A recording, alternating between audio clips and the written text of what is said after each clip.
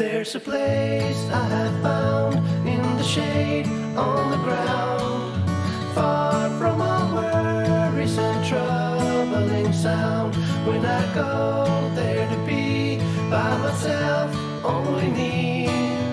No one can guess what I came there to see. There's a sun in the sky, there's a cloud drifting by. All kinds of birds make you wish you could fly. And in the distance I see someone waving at me. Wabarakatuh. Salam bahagia Bapak Ibu Guru hebat. Perkenalkan, saya Sylvia Anggraini, guru sosiologi dari SMA Negeri 2 Kendal. Saya merupakan salah satu mahasiswa PPG dalam jabatan kategori 2 tahun 2022 dari LPTK Universitas 11 Maret Prodi Pendidikan Sosiologi. Di sini saya akan melaksanakan ujian praktik pembelajaran saya dengan menggunakan model pembelajaran problem based learning dengan metode pembelajaran group investigation dan dengan presentasi menggunakan dokter masalah.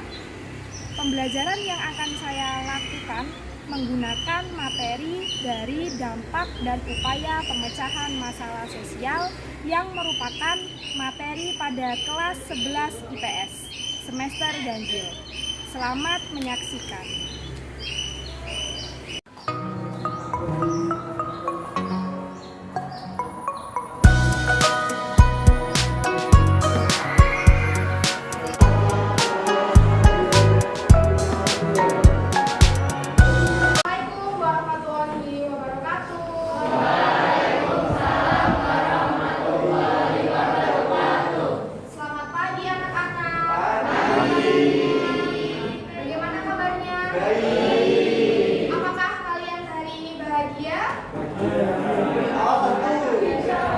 Siapa yang hari ini tidak bahagia?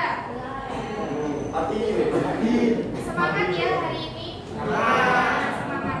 Bu Silvi juga semangat hari ini untuk memberikan pembelajaran di kelas 11 IPS tempat ini. Semoga kalian hari ini dapat melaksanakan proses pembelajaran sosiologi dengan penuh bahagia dan penuh semangat ya. Pembelajaran hari ini semoga juga bisa menyenangkan untuk kalian. Ingat pesan dari saya, jangan lupa bahagia. Nah, sebelum mengawali kegiatan pembelajaran hari ini, alangkah baiknya kita berdoa bersama-sama terlebih dahulu. Saya ingin salah satu siswa untuk bisa maju ke depan dan memimpin doa. Saya ingin Ilham, silahkan Ilham bisa maju ke depan dan memimpin doa untuk memulai pembelajaran hari ini. Untuk mengawali pembelajaran pada hari ini, mari kita berdoa menurut agama masing-masing. Doa mulai. Selesai. Terima kasih, silakan duduk kembali. Saya presensi kehadiran kalian terlebih dahulu ya. Kalau Bu Silvi panggil namanya, kalian jawab Wuhui ya. Oke, saya absen dulu dari absen pertama. Anissa, Ardinta, Friska Putri, Sakit. Syarif, bagaimana kabarmu hari ini? Sudah sarapan? Maunya apa kalau sarapan tadi pagi? Energen? Gorengan. Gorengan. Sebelum kita mengawali kegiatan pembelajaran hari ini, saya ingin kalian untuk bisa membangun konsentrasi dan fokus belajar kamu supaya kamu juga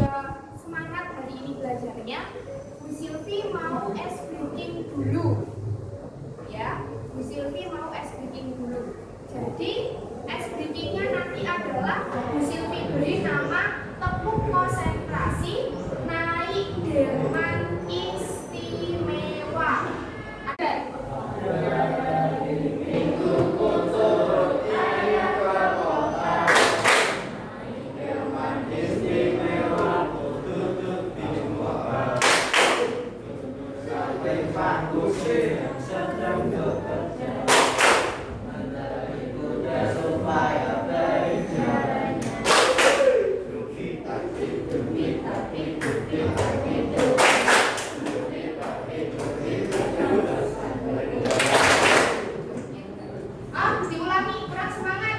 Suaranya masih lembek-lembek ya. Kurang tenaga. Nggak tahu caranya. Ya, 1, 2, 3. Pada hari Minggu turun ayam dan kota.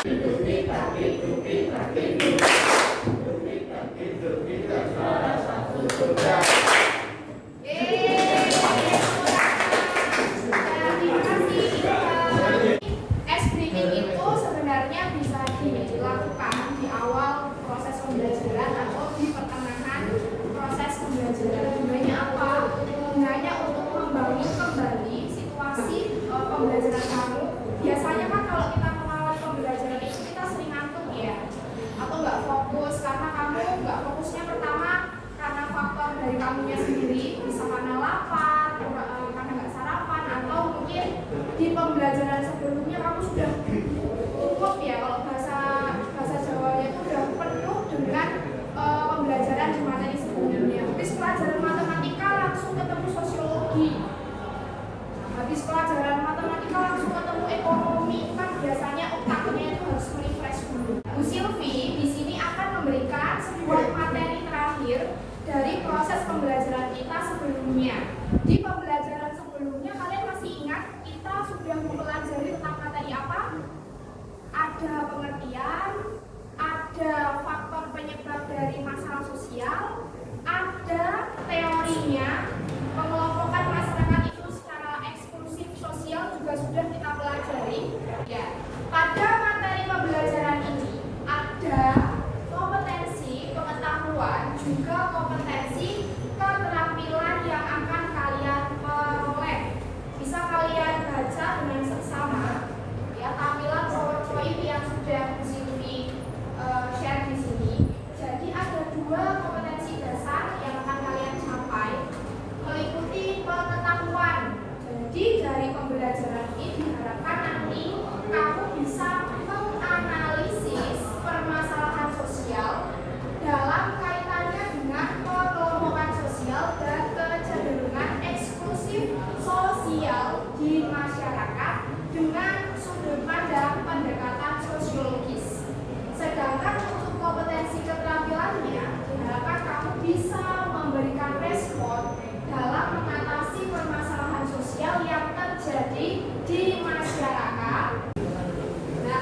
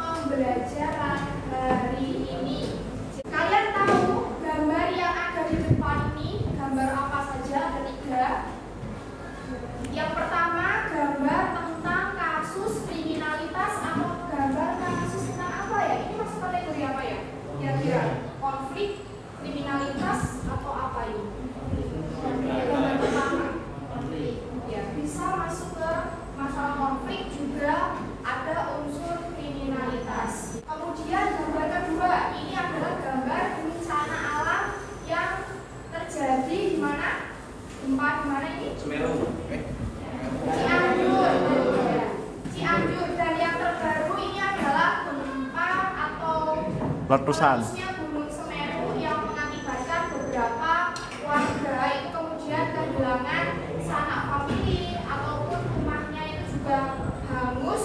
Dampak positif dari sebuah munculnya masalah sosial itu, kalau positif apa David?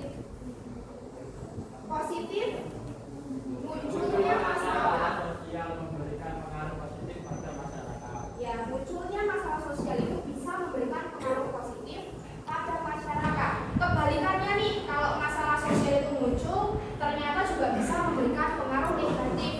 Artinya bisa memberikan pengaruh yang tidak baik terhadap stabilitas maupun kehidupan sosial masyarakatnya. Bisa menimbulkan juga kesenjangan sosial, ada orang kaya, ada orang miskin, ya kan? Bisa berasal karena mungkin kesenjangan itu ya karena ekonomi, juga bisa status sosial di masyarakat. Oh, ini yang pendidikannya tinggi, ini yang pendidikannya rendah. Orang yang memiliki pendidikan tinggi itu selalu dianggap orang yang paling mewah, orang yang paling punya segalanya, sedangkan yang berpendidikan rendah itu selalu dianggap distigmakan orang yang tidak tahu apa-apa. Kan ini ya dampak positifnya, bisa memunculkan norma baru nih, bisa menimbulkan norma baru juga. Misalnya di sekolah ini kok ada siswa yang melakukan kenakalan remaja, minum minuman keras di sekolah. Sebelumnya aturan yang ada di sekolah, kalau siswa itu melanggar aturan seperti itu, tidak ada hukumnya dia dikeluarkan. Tapi ketika ada kasus yang demikian, maka kemudian anak itu dikeluarkan. Yang pertama itu ada upaya mengatasi permasalahan sosial berdasarkan prosesnya. Dan upaya pemecahan masalah sosial itu berdasarkan sifatnya. Jadi seperti yang sudah dipertanyakan oleh Bu Sylvie tadi, di sini saya akan menjelaskan upaya mengatasi permasalahan sosial berdasarkan prosesnya. Jadi ada dua macam proses yang bisa kita lakukan. Yang pertama yaitu dengan persuasif, dilakukan tanpa kekerasan. Persuasif itu bentuknya merupakan saran, ajakan, himbauan, dan menasihati untuk mematuhi nilai dan norma yang berlaku di masyarakat. Dan upaya yang jenis kedua yaitu koersif. Koersif dilakukan dengan paksaan atau kekerasan karena pihak yang berwenang tidak punya cara lain untuk menyadarkan pelaku. Jadi di dalam upaya koersif itu juga dibagi dua, ada kompulsi, yaitu dengan pemaksaan terhadap seseorang agar taat dan patuh terhadap norma-norma sosial yang berlaku. Dan yang kedua yaitu pervasi, yaitu penanaman norma-norma yang dilakukan berulang-ulang agar norma tersebut disadari dan dipatuhi. Mungkin itu saja yang dapat saya jelaskan menurut dari sumber yang saya dapatkan. Terima kasih tepuk tangan buat kemudian selanjutnya upaya mengatasi permasalahan sosial berdasarkan sifatnya. Jadi seperti pertanyaan tadi yang sudah diberikan, adapun upaya untuk mengatasi permasalahan sosial berdasarkan sifatnya itu dibagi menjadi tiga. Yang pertama ada preventif, yang kedua represif, dan yang ketiga pengendalian jaminan. Preventif yaitu dilakukan sebelum terjadinya perilaku menyimpang, sedangkan represif yaitu dilakukan setelah terjadinya perilaku menyimpang. Adapun upaya untuk mengatasi preventif yaitu dengan penanaman pemahaman agama, kemudian penerapan etika sosial dan perencanaan sosial. Sedangkan yang represif yaitu adanya pelatihan kerja atau keterampilan dan rehabilitasi. Mungkin cukup sekian. Ya, terima kasih. Silakan duduk kembali. Tepuk tangan buat Diva. Persuasif itu dilakukan tanpa kekerasan. Sedangkan kalau koersif itu dilakukan dengan paksaan atau kekerasan. Kamu bisa lihat gambar di sini ya. Pak polisi ngasih himbauan, misalnya ke Sarif nih. Sarif itu nggak bawa masker, nggak bawa helm, terus dia itu menerobos lampu hijau yang ada di sana. Kemudian nggak langsung ditilang, dihimbaukan, kamu dikasih tahu, diajak untuk patuh terhadap tata tertib. Nah itu bentuknya dari persuasi. Berbeda kalau koersif itu paksaan. Ini Satpol PP itu dia melakukan tindakan yang bisa dikatakan unsurnya itu sudah paksa, membongkar, mengusir. Karena apa? Bisa jadi masyarakatnya itu waktu itu pedagang kaki limanya sudah dihimbau untuk pindah sudah diberikan informasi secara persuasif, tapi tidak diindahkan, mau tidak mau, mereka kemudian digotong, ya, dipindahkan secara paksa karena cara halusnya udah nggak bisa, makanya harus dilakukan dengan cara yang keras. Sama halnya kalau ada anak yang nakal, kan nggak mungkin toh bapak ibu guru itu langsung ngasih kamu hukuman, ya kan, sanksi kan enggak, pasti kamu dikasih tahu dulu. Kayak misalnya kamu telat, hari ini kamu terlambat, kamu boleh masuk kelas pakai surat izin, tapi nanti 2 kali kamu terlambat, orang tua kamu harus datang. Berarti ini kan sudah ada bentuk pengendalian persuasif dan koerasif. Preventif itu dilakukan sebelum apa sesudah? Sebelum. Preventif itu sebelum masalah terjadi. Kalau persuasif itu setelah masalahnya itu sudah terjadi. Kemudian represifnya bagaimana? Mengembalikan, ya, diobati dengan cara mengembalikan keserasian dalam masyarakat yang pernah mengalami gangguan dengan cara apa? Ada pelatihan, kerja, keterampilan, rehabilitasi. Itu kalau kamu pernah lihat atau mendengar artis Raffi Ahmad yang dia itu kemudian direhabilitasi karena narkoba, itu juga bagian dari upaya represif untuk mencegah terjadinya permasalahan sosial. Ini ada kartu namanya kartu masalah. Ya, coba sebelum saya membagikan kartunya, saya ingat di pertemuan sebelumnya kita sudah membagi kelompok menjadi 6 orang kan? Ya. Saya minta perwakilan kelompoknya untuk maju, ya. Silahkan Mas Puji Sugito maju, maskernya bisa dipakai Mas, ayo. Kemudian Ilha maju. Oke. Kalau sudah silahkan ditunjukkan. Nah, kemudian kalian silahkan sekarang duduk sesuai dengan kelompoknya. Ya. Oke, semuanya sudah duduk sesuai dengan kartu masalahnya. Kartunya ditunjukkan semua. Ya. Sekarang Bu Silvi akan membagikan LKPD. Ya, LKPD-nya.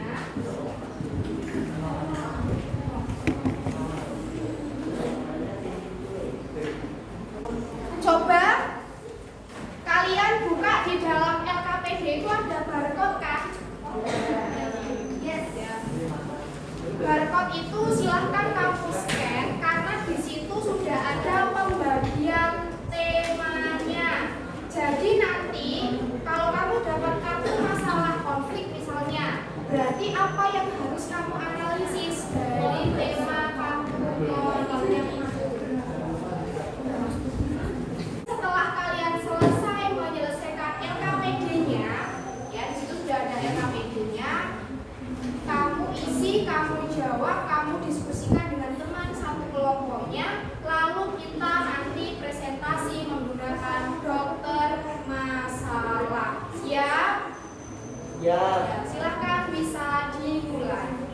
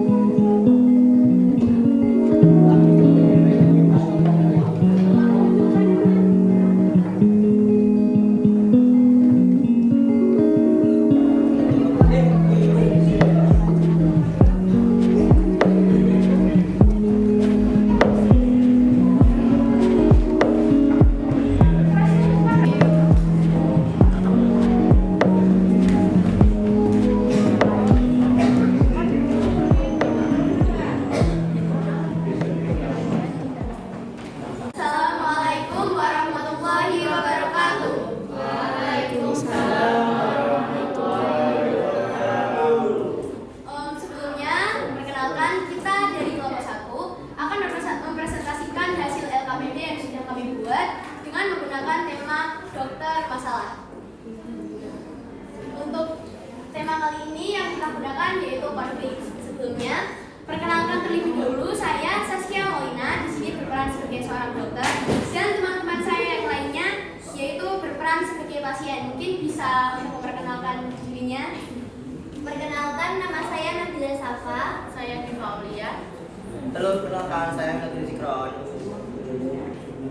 Saya Angga. Saya Ilham Yudhika. Baik, terima kasih. Mungkin untuk pasien-pasien yang ada di sini, jika ada konsultasi, saya akan menjawabnya. Dok, saya mau tanya, kasus apa yang akan kita angkat pada pertemuan kali ini? Nah, kasus apa yang akan kita angkat pada pertemuan kali ini?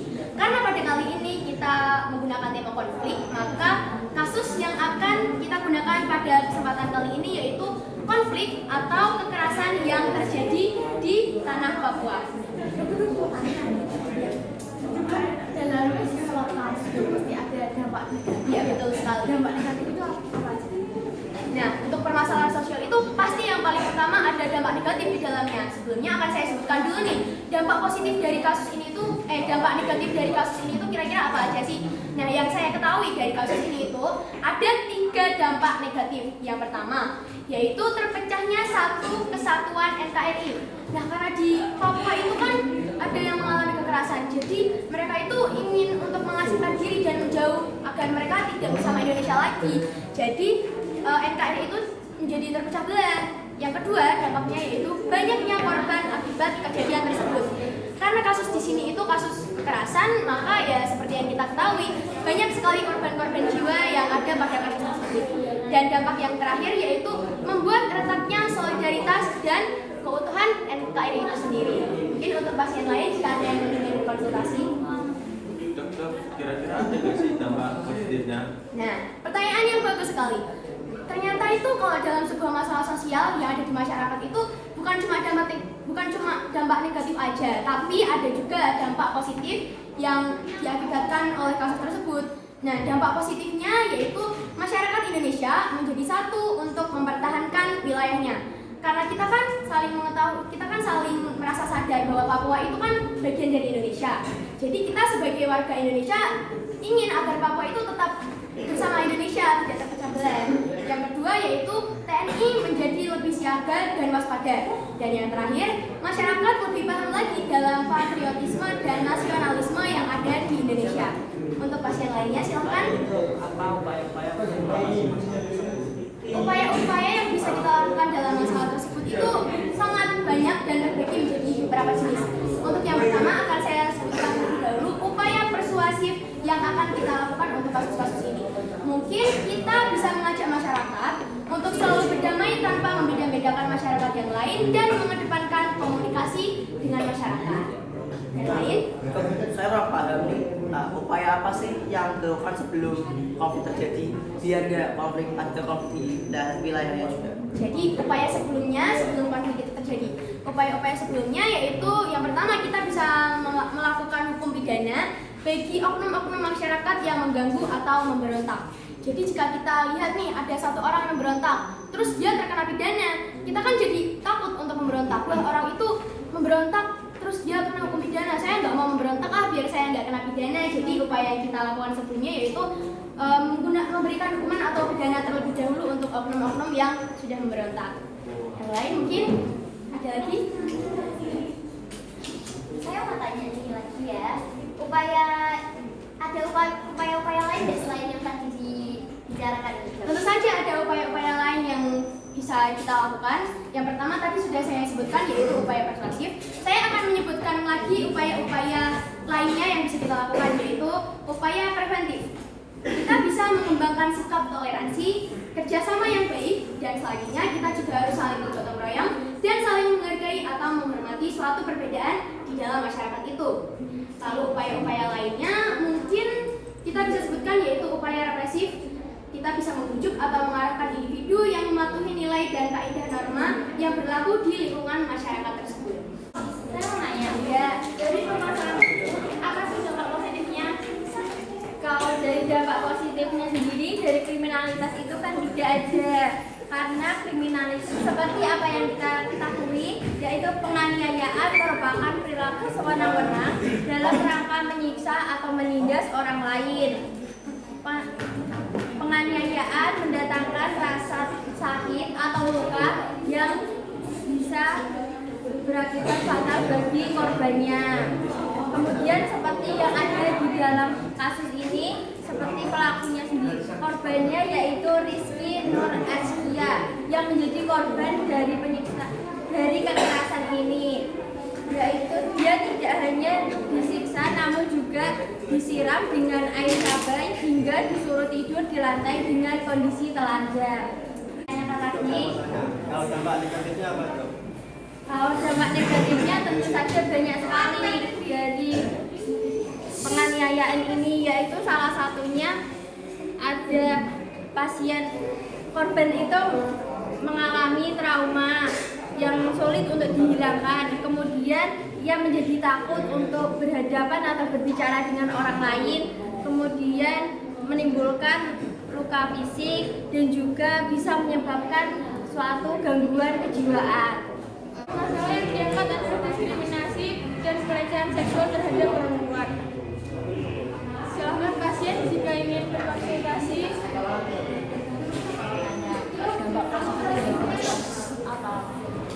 Dampak positif dari masalah tersebut, dampak positifnya tidak ada karena diskriminasi dan pelecehan seksual merupakan merendahkan, menghina dan lain-lain terhadap perempuan.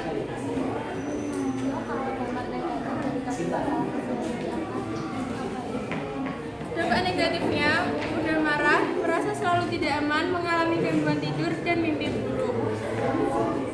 Apa upaya persuasifnya? Upaya persuasifnya, polisi harus menasihati kepada pelaku diskriminasi terhadap pelecehan seksual terhadap perempuan. Apa upaya preventifnya? Upaya preventifnya, pelecehan seksual juga dapat terjadi melalui isyarat, bahasa tubuh, ataupun gerakan tubuh. Seperti, Dok, saya mau tanya. Di sini konflik apa ya yang dibahas pada pertemuan kali ini? Masalah yang kita angkat pada pertemuan kali ini yaitu masalah sampah dan pemukiman yang buruk. Dok, apa sih upaya-upaya untuk mengatasi masalah tersebut? Upaya untuk mengatasi permasalahan sosial berdasarkan prosesnya yaitu yang kita bahas kali ini ada dua, yaitu upaya persuasif dan upaya koersif. Upaya persuasif di masalah tersebut adalah bisa diberitahu agar membuang sampah pada tempatnya agar tidak menyebabkan pemukiman yang buruk dan kotor. Upaya koersifnya adalah memberikan hukuman kepada orang yang membuang sampah sembarangan agar mereka diberi kesadaran akan kebersihan lingkungan. Upaya represif itu seperti apa ya? Upaya represif yang ada di tingginya angka pernikahan dini adalah memberi anak tentang informasi pernikahan dini sekitar 75%. Salah satu calon pengantin laki-laki atau perempuan masih di bawah umur, rata-rata perempuannya kurang umur, ada yang masih 16 tahun, 17 tahun. Sekarang kan kalau nikah batas umurnya itu 19 tahun kan ya? ya terima kasih atas presentasi semua kelompoknya, sangat bagus-bagus, saya sangat apresiasi kalian. Anak-anak sudah bisa mulai latihan untuk berpikir kritis ya, menganalisis kayak gitu. Sekarang kita sesi tanya jawab. Silakan dari masing-masing kelompok, dari kelompok yang semuanya tadi sudah maju, kalian sudah menyaksikan, kamu pasti sudah menulis beberapa hal-hal yang mungkin ketika kelompok satu maju menjelaskan tentang konflik atau kelompok dua maju menjelaskan tentang kriminalitas, ada yang masih belum kalian paham, kalian bisa tanyakan ke kelompoknya gantian ya. Sebelumnya perkenalkan dulu, nama saya Diva Marawati Kusni. Jadi di sini saya mewakili dari kelompok 2 ingin bertanya pada kelompok 1. Jadi apa dampak positif dari tema yang telah diangkat itu? Ya, silakan jawab. Terima kasih pertanyaan. Siapa yang mau jawab? Milad. Ya, Milad, silakan Milad berdiri. Ya, terima kasih atas pertanyaan dari kelompok 2. Jadi saya akan menjawab pertanyaannya, yaitu dampak positif dari permasalahan konflik di sana Papua. Nah, yang pertama, masyarakat menjadi satu untuk mempertahankan wilayahnya, itu tanpa Papua sendiri. Nah, yang kedua, TNI lebih siaga, lebih konsen dalam menjaga tanah Papua sendiri. Nah, yang ketiga, masyarakat lebih paham lagi dalam politik dan nasionalisme. Oke, terima kasih. Saya dari perwakilan kelompok 3 ingin bertanya kepada kelompok 2. Saya masih bingung gimana sih memecahkan masalah dengan cara upaya represi. Kelompok 2 ingin menjawab pertanyaan dari kelompok 3, yaitu adapun cara represif dilakukan dengan pola yang keras, misalnya penangkapan, pemenjaraan, hingga pembakaran agar pelaku jerat dan tidak memakan korban lainnya. Di sini saya akan menyampaikan kesimpulan dari apa yang sudah saya dapatkan menurut pembelajaran yang sudah kita saksikan bersama-sama tadi. Nah, yang bisa saya dapatkan yaitu di sini kan kita membahas tentang permasalahan sosial. Di dalam permasalahan sosial itu ada dampak-dampaknya. Nah, saya awalnya cuma mengetahui kalau dampak itu cuma dampak negatifnya. Di sini saya jadi mengetahui ternyata di permasalahan sosial itu terdapat dua macam dampak. Yang pertama yaitu dampak positif dan dampak negatif. Untuk dampak positif berarti dampak tersebut menimbulkan hal-hal positif ke masyarakat, sedangkan yang dampak negatif berarti dampak tersebut menimbulkan hal-hal negatif yang terjadi di masyarakat yang terkena permasalahan sosial tersebut. Nah, saya juga mendapatkan pelajaran lain, yaitu upaya penyelesaian masalah itu terbagi menjadi dua.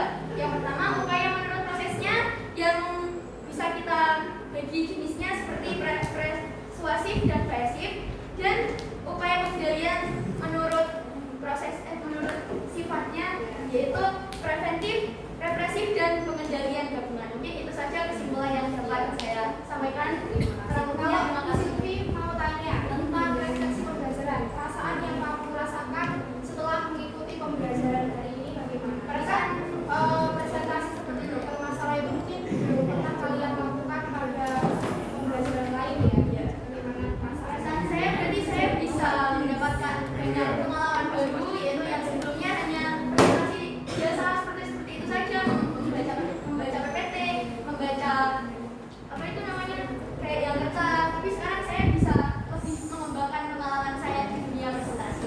Jadi saya bisa senang karena saya bisa mendapatkan banyak pengalaman dari pembelajaran. Terima kasih, silakan kembali. Tepuk tangan buat Saskia. Terakhir untuk evaluasi pengetahuan, scan kembali ya, scan QR kode dan kamu kerjakan ya hari ini juga. Ya, hari ini juga karena nanti rankingannya akan muncul di layar sini. Silahkan semuanya wajib mengerjakannya sekarang. Mencegah munculnya permasalahan sosial dengan penanaman pemahaman supaya penyelesaian masalah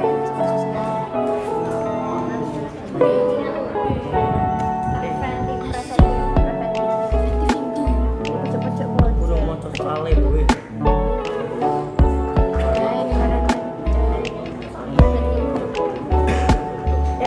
Dimakan dibuka di mulutnya itu loh. Terus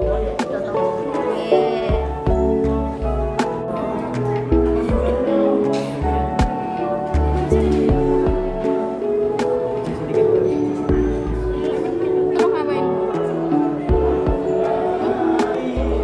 Bisa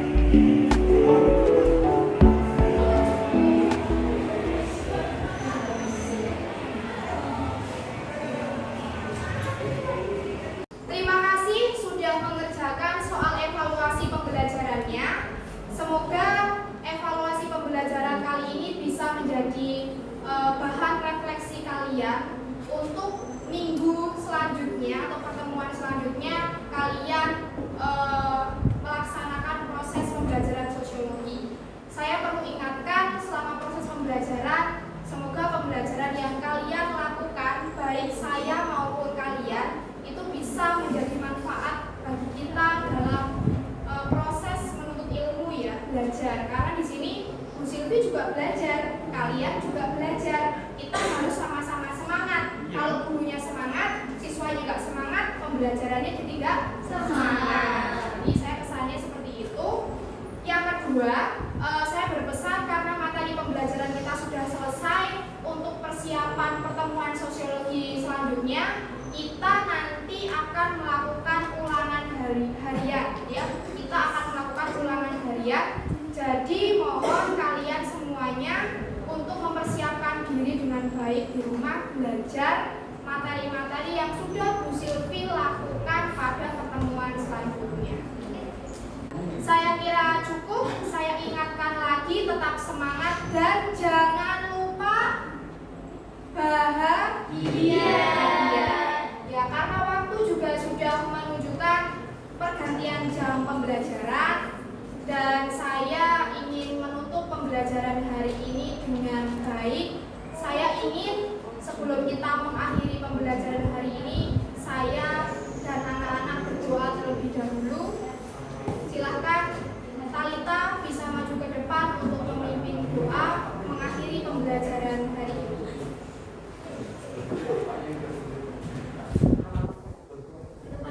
Siap gerak. Sebelum mengakhiri pembelajaran hari ini, marilah kita berdoa menurut argumen dan kepercayaan masing-masing. Doa mulai. Selesai. Terima kasih anak-anak. Mohon maaf apabila selama melaksanakan proses pembelajaran ada sikap maupun tutur kata dari Bu Silvi yang tidak berkenan di hati kalian. Saya akhiri. Terima kasih. Wassalamualaikum warahmatullahi wabarakatuh. Waalaikumsalam warahmatullahi wabarakatuh. Terima kasih Bu Silvi. There's a place I have found in the shade on the ground, far from all worries and troubling sound. When I go